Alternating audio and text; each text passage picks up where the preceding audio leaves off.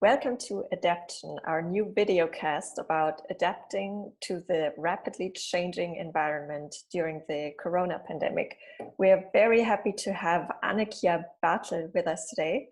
She is co-founder and CEO of the ReDI School of Digital Integration, a nonprofit social enterprise offering coding classes for refugees and connecting them with tech companies. So we're very happy to have you here. Hi, Anne. Anna, we are starting off these interviews with a very important question these days.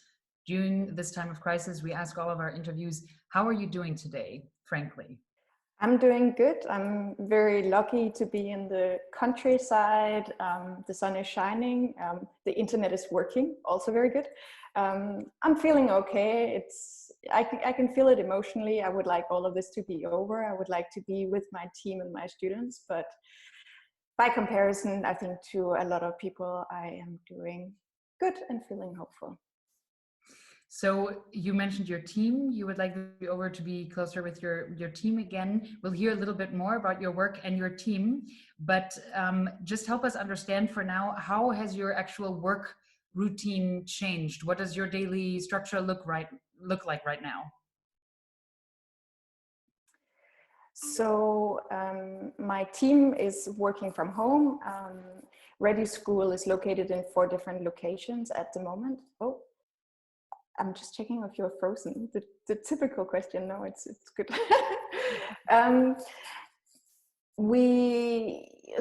So we're working remotely. We're using Slack and Teams to collaborate with each other. At the moment, I'm checking in at 9 o'clock in the morning, giving a status report of the 3 main topics that I'm working on today. The team is doing the same thing. Once a week, we are having a big team meeting, which is kind of the highlight of the week. One reason being that we have made it into a dress up, even though it's a serious topic, but to make it a little more surprising. So people try to make an extra effort. Last week it was coolness, so everyone was sitting with sunglasses, and next week somehow it became animals. Not really sure what that's going to look like, but trying to keep the playfulness up and keep being creative despite the crisis. And is there anything that you could pass on as advice to people who are maybe struggling with restructuring their days? Because it sounds like with Slack and Teams and all these digital tools that you and your team have found a way. But what pieces of advice, maybe 2 or 3, would you give to people who are struggling right now, maybe being isolated at home and separated from their team? I think definitely technical tools can be a fantastic way to connect with each other, but I think there's also a difference in how we connect with each other, and understanding that one side is of course professional and that we need to keep on doing good work, but also emotionally being there and truly asking, how are you doing, allowing there to be space enough to also not be doing so well, or be able to say, I'm not sleeping well at the moment, I'm giving it my best shot, but give me a little bit of extra time and I'll be back on my feet again. So I think it's opening our hearts and being a little bit overbearing, but at the same time not drag each other down and make sure that we stay hopeful. There will be a time after Corona as well, and by then we will be hopefully a lot more digital and not more used to working online, and I hope that will somehow empower the society, because we need that after we can get back to working together with each other in person. Maybe let's talk a bit about ReDI School, because I mentioned in the beginning you started as a connection place for refugees and tech companies, and by now you have changed your mission a little bit. Can you maybe give us an overview on what ReDI School's mission is now? Sure. So ReDI School started in 2016, sort of in the middle of the refugee crisis in Europe. where I was in a refugee camp, and I met a programmer from Iraq who inspired me to start a school teaching refugees, asylum seekers and migrants technical skills in order to get them into work. But very soon we realized that, of course, it's not just refugees who need to learn new digital skills. It sounds almost strange to be saying in these times now, but it was an insight that there's a lot of people who are lacking not just coding skills, but literally understanding, how do I work with Teams? How do I work with Slack? What are the tools that I can use?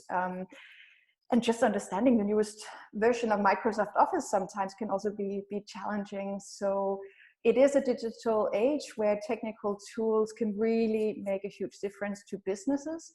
But if you don't know how to make use of the tools, they're not really going to work. So what ReDI School started doing was to open up and say, who are the people who don't have access, and trying to build courses for them. So that means now we have a digital women's course running that is teaching, we call it digital literacy. So things like Word, Excel, PowerPoint, how to write emails, cybersecurity, also just simply saying safe online. A lot of mothers are really concerned about interacting with the other parents in the school of their children. So understanding, how do I get on these intranet? How do you communicate with each other there? So that's the women program. The wonderful thing is we have students from, I think, 47 nationalities now at the school. And a lot of the women from Eritrea taking part in our women's course were like, I love this course, but what about my brother or my husband or my uncle? They should also take this course. So we were able to secure support from Société Générale Foundation this year and start a digital literacy course that is open to everyone that needs more technical skills. It's a lot focused on teaching youth between 18 and 30 technical skills to ensure that they can also use it in their work. And we have started a kids course as well, which is good fun. So teaching 3D printing, introduction to coding, gamification in general. So ReDI School is growing, and I think after the Corona crisis, we will start also expanding even more. We recently organized a big hackathon in Munich together with the city of Munich and Unternehmertum, because we could see a lot of businesses are also not digitized. So the concept of digital integration is not just about refugees, it's about everyone having access to being active citizens and also running their businesses in a digital environment. So it's exciting times with a lot to do.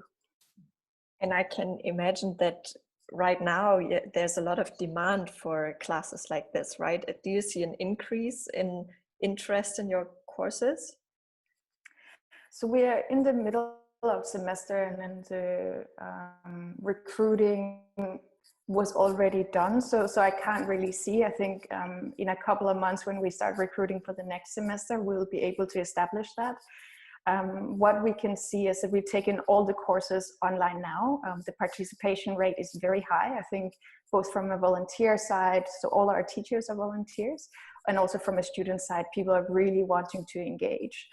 The challenge has been a little bit that some of our courses are high-end technologies, and of course the students were able to go online really fast. But in the digital literacy courses, it was a challenge because many of our students, they don't have Wi-Fi at home. They also might not have a laptop at home. Usually we distribute them, but in Munich, for instance, we weren't able to distribute laptops at the beginning of the semester because we weren't allowed to meet our students. So in our women course in Munich, via smartphones, we're using WhatsApp. The teachers are creating videos that they can put on WhatsApp. So it's being very, very innovative and creative, and also extremely pragmatic to just see whatever works, we're going to use the channel. But it's difficult, and we can really see the gap between the people who know how to use technology and those who might not have a good internet connection or no internet connection, the people who don't have the hardware to go online, and then of course the digital skills that are also needed. And you need all three things to be able to work in a digital environment. And it's easy to take it for granted when you sit in, say, Berlin, and you have good Wi-Fi and you have a laptop. But we should not remember that digitization is really not for everyone in Germany yet. And we have a responsibility to make sure that everyone profits. Actually, since you just brought it up, you know, and you've mentioned it 3 times already, that digitization has not really arrived not in every household, but also not in every enterprise, in every large company or in every small company. Of course, there are still big hurdles.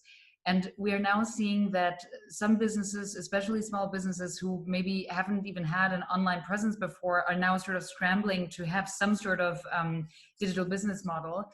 Do you see a chance in this really boosting the digital transformation of German businesses? Will it at least be accelerated, or is this actually just exposing the huge inequality of who has been able to you know, transform before and who hasn't yet?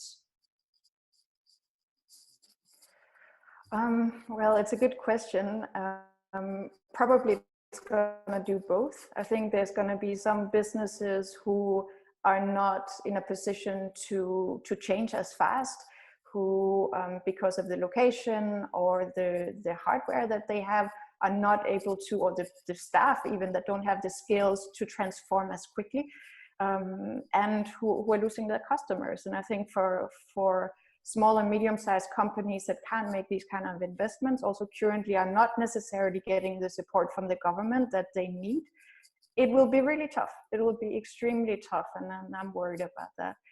On the other hand side, I do think that there are certain businesses that have really understood we need to do something.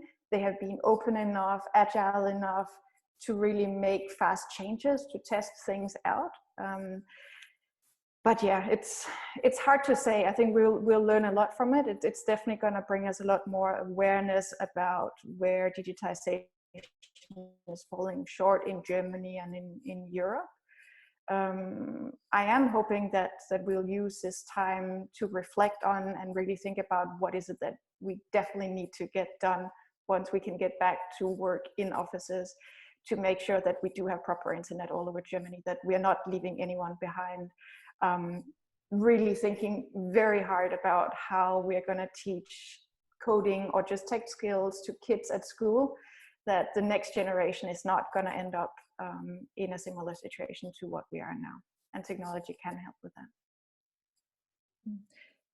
You just mentioned small businesses are very affected by this. How is the situation for founders right now and for the startup world?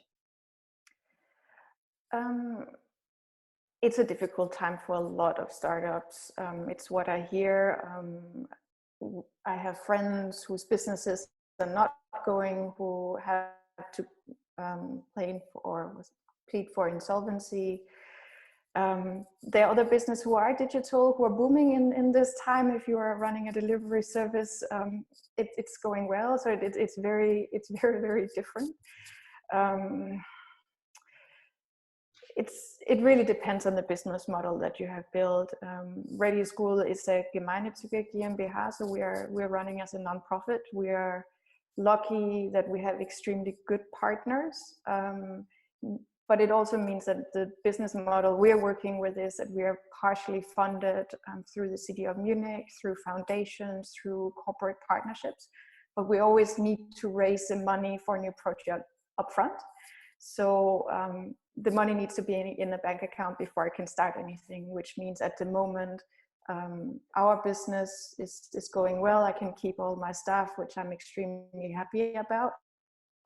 We have to shift some capacity into doing something new, but we're in a very, very lucky situation, and definitely don't take that for granted.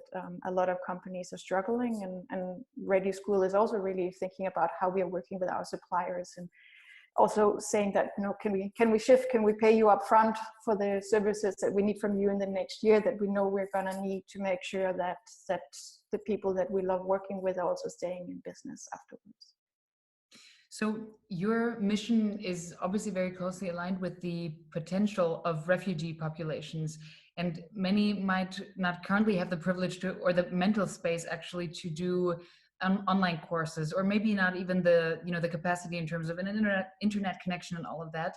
So I'm wondering, since you're in contact with a lot of refugee groups and asylum seekers and migrants, what are you hearing from them in terms of the threat of the pandemic for their families, you know, be it in camps or whether they have already moved somewhere, whether they are staying here in Germany? Because I'm hearing, you know, quite scary reports in terms of what is yet to come for them. So I'm wondering if you also have some sort of sense of that.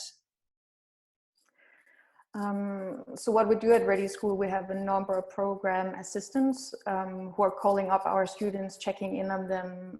If they're not showing up in online classes, just purely giving a phone call, checking in, understanding that sometimes you might just not have the mind space in order to, or the bandwidth to participate, and we're trying to find solutions. We're well connected with psychosocial counselors as well to make sure that everyone is feeling safe and cared for. Sometimes a phone call is at the right time, as it's just extremely important. The situation of our students really vary. A lot of our alumni is now in work, which is great, and that is the goal of ReDI School. But are also, of course, challenged by the situation that their businesses are not necessarily able to stay in business. At the same time, we are a tech school, we're teaching technical skills. There's still, I think, 124,000 available jobs in the German tech industry. So once we can get back to normal work, then there will still be a lot of need for technical skills. So, you know, it's easy to keep a long perspective and say it's all going to be well, but there's also feed my family, and we hear both. I think the biggest challenge is really for our female students who are just learning how to go online, because they are not working, they're learning German, they really do want to work in Germany, but it might be as office assistants, and these kind of jobs. There's just not really necessarily a need for them right now. So there's a certain kind of worry, but in general, what we hear from the student, it's good, and that they are connected both through our alumni group, but also the study groups that they're in. So you just mentioned that you're very good at taking a long-term perspective. You know, maybe just towards the end, I'd love to hear from you. What do you hope that people learn, if anything, from this crisis? You just mentioned if we get back to normal after the crisis. So I'm wondering, what do you imagine that would look like, or what do you hope it might look like in terms of people having taken something from it, learned something from it? It's a good question. I think there's so many lessons to be learned here. On the very pragmatic side, I really hope that we'll remember that we need digital tools to be able to connect in the middle of the crisis, but also on an emotional level as human beings, we need support. I'm hoping that there will be more awareness that we need to teach the kids the right skills. And I think there's a lot of beauty in the initiatives and the creativity that is also coming out in the middle of the crisis. These initiatives where people are singing together, doing all kinds of like outreach projects to do grocery shopping for your neighbor who can't do it by herself, or these kind of things. I guess it's a level of empathy and of understanding and thinking beyond just myself, but thinking more about society. And that is kind of an interesting combination. If we can take that very human, emotional side of things and combine that with technology, I think that will make technology a lot more appealing and desirable in the future as well. I really hope that will stay as well. I mean, if anything positive stays from this time, then hopefully this sense of solidarity that we can see during these times. So thank you very much, Anne, for joining us today, and have fun keeping on renovating your house. You just mentioned it before that you're doing some renovations in your house, and stay healthy. Thank you, likewise. Thank you very much. Thank you.